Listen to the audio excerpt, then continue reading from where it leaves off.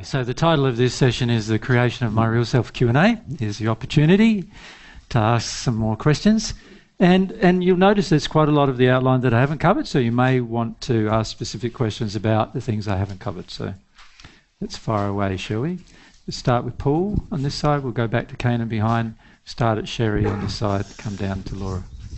Paul. As it's our addictions which repel our soulmate, mostly, on a physical level, with the vortexes that our spirit body, I think, is sending out and wanting to bring in, what happens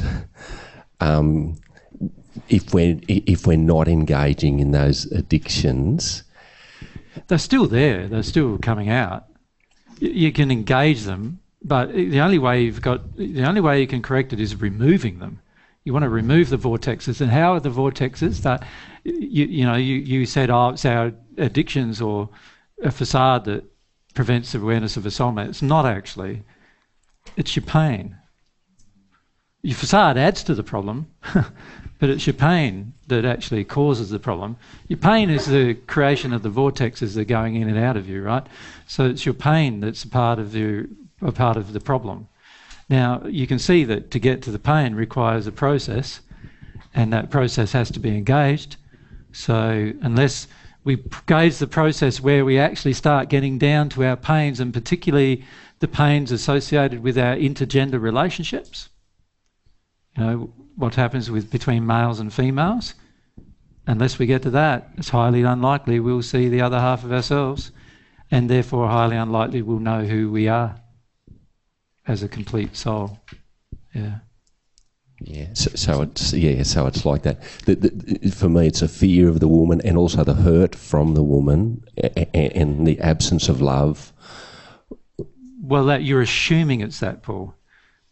And this is a problem for many of you, is you're not here yet. Remember, you're here. You haven't even accepted this yet. Unless you accept this, you're going to start assuming it. You have a whole heap of feelings, some of which you have and some of which you don't have, right? You're not going to know what the feelings are until you get to the feelings and actually feel them. And this is where I see a lot of you jumping ahead. You're wanting to jump ahead just rather than recognising where you're at. So the reason why we're sharing this real self stuff with you is so that you recognise that this isn't your real self. It's very important you see none of this is your real self. Because if you keep seeing it as your real self, you're going to hold on to it. And that's no good for you. It's no good for anybody to hold on to that.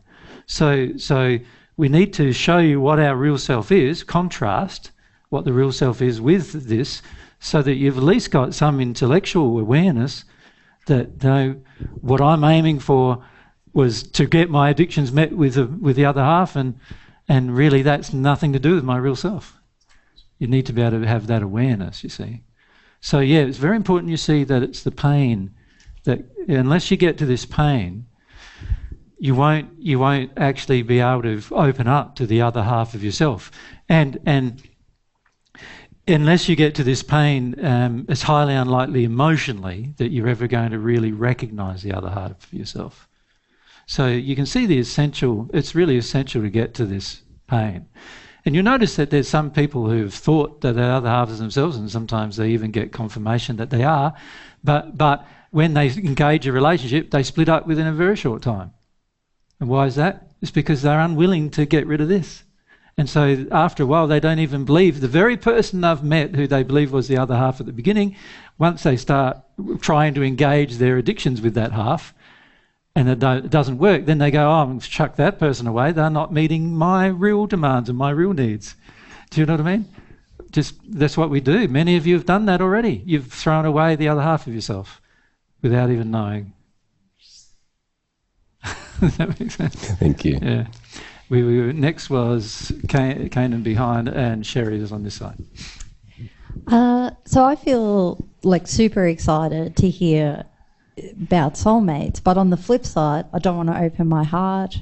I frequently attack Steve, all this kind of thing. So is it because in my facade, I'm feeling like this creation, discovery of my real self is You're only super excited because it meets some of your addictions, Sherry. that's what I was Yeah. asking. You're not really excited. No. Here. Really, Okay. you're scared. You're freaked out to the max about it. Okay. Does Yeah. that make sense? Yep. And that comes out in your relationship. That's why you don't want to open your heart. Mm. This is why you have to release some of the pain to recognise the other half, because your heart is involved in your pain at the moment. For all of you, when you've got pain, your heart's involved in it. You believe that to be you and how you really feel. And that then the vortexes drive your behaviour. Right? So when you say you like the idea, for many of you, when you first heard the concept of soulmates, you loved the idea, but only for some addictive reasons. That's all. You're addicted to the concept without understanding it. You're addicted to the concept or idea that somebody's going to be the ideal you, and they'll magically come along with a white horse, and you'll fall magically in love, and everything will be rosy thereafter.